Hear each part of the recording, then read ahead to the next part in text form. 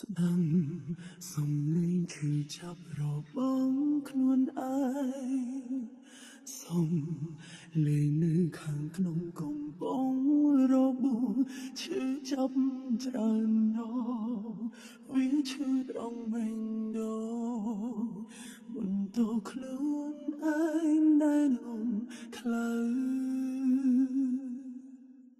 គ្រួចង់រកកន្លែងមួយដែលស្ងប់ស្ងាត់ហើយយូរលំបែងដងឲ្យឈប់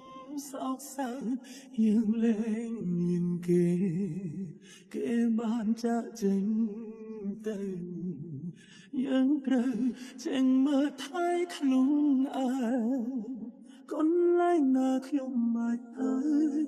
បាន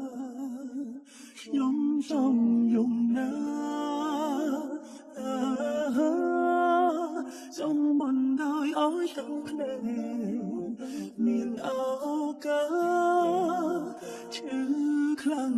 ណាស់ឲ្យវាអាចហូរតាមចិត្តម្ដងស្រាយចំណងរឿងរ៉ាវដែលក្នុង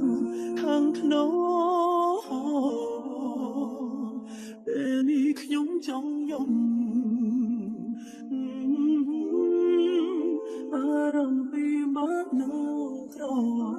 ខ្ញុំខំធ្វើរឿងច្បាស់ណាស់នៅតែមិនអាចរំមងក្រុមយ៉ាងខ្ញុំសំដែង